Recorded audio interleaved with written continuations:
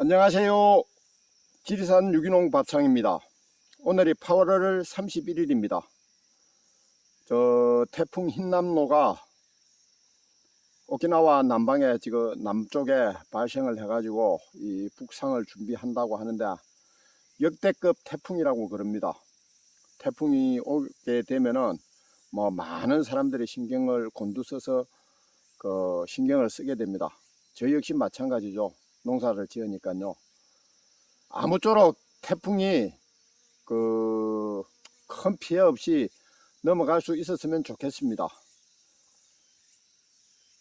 또 집중호우 때처럼 많은 인명피해나 재산 피해가 없이 넘어갈 수 있었으면 좋겠는데 자연재해는요, 이 사람이 방비를 한다는 게 거의 불가능하지 않습니까? 어쨌든 태풍이 큰 피해 없이 넘어갈 수 있기를 바래 봅니다. 정확하게 날짜가 기억이 안 나는데요. 뚜릅에 더댕이뱅이 와서 제가 황토 유황합재로 방제를 했었습니다. 지금 여기 이 뚜릅나무를 살펴보면요, 이 순이 뚜릅 더댕이뱅이 발병한 가지거든요. 이것도 그 가지고, 그 가지 안에요, 여기 이 가지는 약간 더댕이뱅 정체가 있고요, 그 위에까지는 정체가 많이 없어졌고 그 위에까지는 더댕이뱅 정체가 없습니다.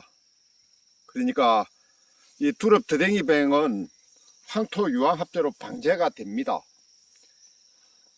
제가 방제 배수는요, 250대 300대 1 정도로 희석을 했습니다. 그러니까 물 300리터, 물 600리터, 그죠? 600리터에 30마리 황토 유황합재 2대 반 그 정도 넣었을 거거든요. 희석을 했을 거거든요. 그러니까 제가 바가지로 대충 떠서 담기 때문에 정확한 배수는 모릅니다. 그런데 대충 계산할 때 250대 1 정도 되지 않나 그렇게 생각을 합니다. 여기도 더댕이뱅이 있잖아요. 더댕이뱅이 있고 여기 위에 가지는 정체가 좀 작아졌고 이 새누는 아직 나오지 않았습니다. 여기도 더댕이뱅 정체가 좀 있고요, 이 세 가지는 거의 없고 아직 그 밑에 새수는 안 나왔고, 아마 지금쯤 뭐라고 말씀드려야 됩니까? 이 뚜릅이 내년에 움틀 순을 준비하고 있지 않는가 그렇게 생각을 합니다. 이제 이파리가 아마 더 안 날 수도 있을 겁니다. 여기요. 여기 이제 이 가지는 더댕이뱅 수는 심하고요. 정체가 이것은 좀 덜하고 그 다음까지 또 좀 덜하고 이거는 거의 없고 이렇게 새순 나는 거는 이제 완전히 깨끗한 순이 나오고요. 그러니까 지금 현재 더댕이뱅 정체가 좀 있더라 그래도 내년 봄에 새 순이 나오는데 지장이 없게끔 이 나무가 자라주면 되거든요. 여기 제가 판단할 때요, 내년에는 더댕이뱅을 좀 더 일찍 방제를 하려고 그럽니다. 눈으로 보이기 전에, 눈에 띄기 전에 방제를 하는 게 훨씬 이 마음도 좀 덜 상하고요, 방제도 확실하게 되지 않을까 그런 생각을 좀 해봅니다. 아유, 저기 멀리 보니까 이 잡초 방제를 제대로 못 해가지고요, 잡초가 엉망입니다. 참 이 농사일, 이 뚜릅도 마찬가지네요. 잡초 방제가 제일 큰 일입니다. 이 시골 농사는 모든 농사가 마찬가지지만은 잡초한테 지면은 그냥 농사 망치게 됩니다. 내년에는 좀 더 신경을 써서 잡초 방제를 해야 되지 않을까 그렇게 생각을 해 봅니다. 제 유튜브에요, 뚜릅은 전부 유기농이지 않습니까? 그렇게 댓글을 달아주시는 분이 계시거든요. 뭐 헛되이 보기에는 그 한두 개, 밭 두 개 있는 거 그죠? 그 전혀 약 안 치는 것 같고 뭐 비료 안 하는 것 같고 그리 보일 수도 있습니다. 그런데 그 경작지 주위에 있는 두릅은요 전부 그 봄밭에 농약 치고 비료하는 게 직접적인 영향을 받거든요. 그렇기 때문에 유기농이 될 수가 없고요. 그리고 가끔 산속에 있는 두릅 한두 나무 있는 거는 제가 봐도 병이 별로 안 오는 것 같기는 합니다. 그런데 이제 그것도 지속적으로 가까이서 관찰을 해보면요 죽는 놈도 생기고 그리고 또 병도 있지 않을까 그리 생각을 합니다.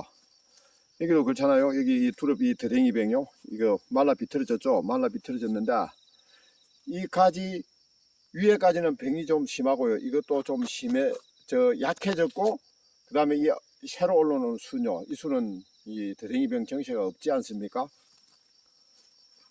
이제 이 순이요 올해 마지막 나는 순이 될 것 같습니다.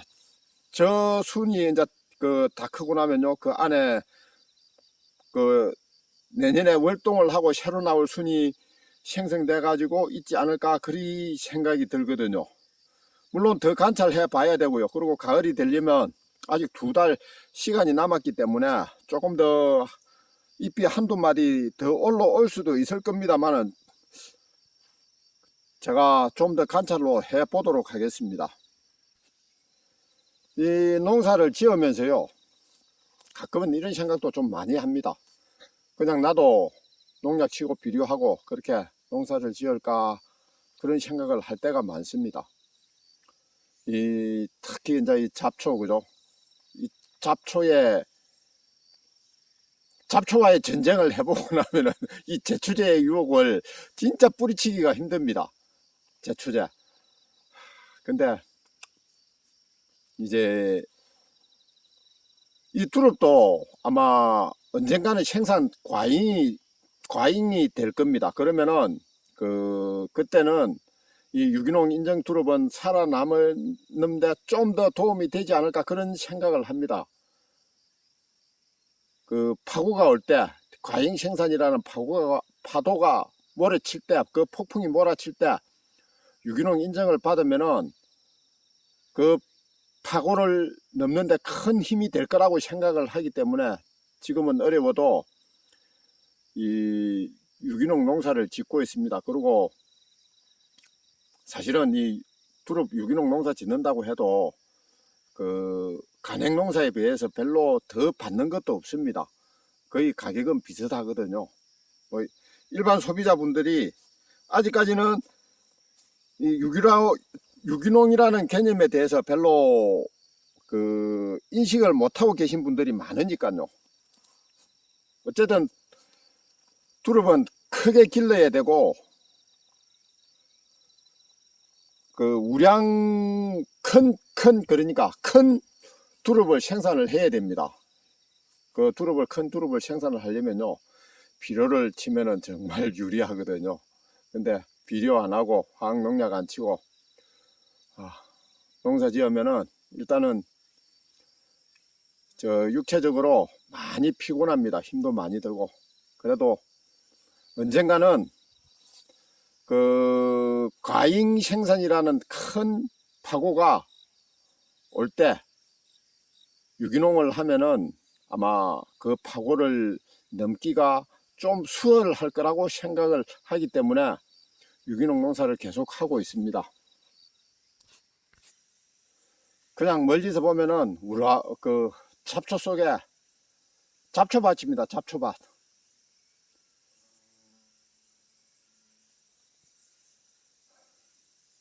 내년에는 뭐 어느 정도 또 수확을 할 수 있을지 뭐 열심히 하는 것 외에는 방법이 없지 않습니까?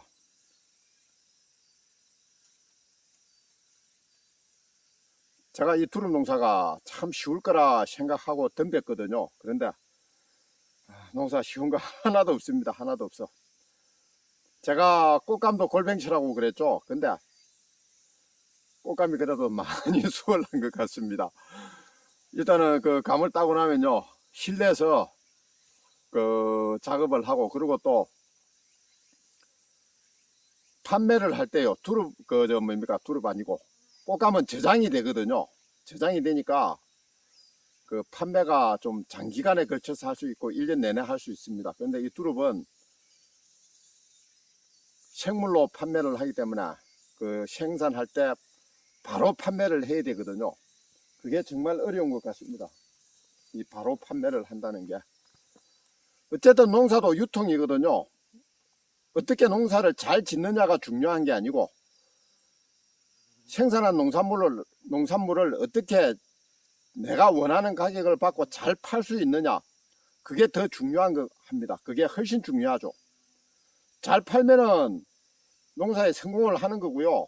잘 못 팔면은 실패를 하는 겁니다. 잘 팔기 위해서 좋은 등급, 좋은 품질의 농산물을 생산해야 되고 좋은 등급의 농산물을 생산을 해야 됩니다. 그런데 그 좋은 품질과 좋은 등급의 농산물을 생산을 한다는 게 정말 힘드네요. 그러니까 유기농 농사를 지으면서 관행 농산물과 경쟁을 할 수 있는 그런 우량 등급의 농산물을 생산하기는 참 어려운 것 같습니다. 우리 고객분들이 그런 차이점을 조금만 이해를 해주시면 좋을 것 같은데 그게 저의 희망사항이겠죠. 뭐 어쨌든 올해도 열심히 농사를 지어야 됩니다.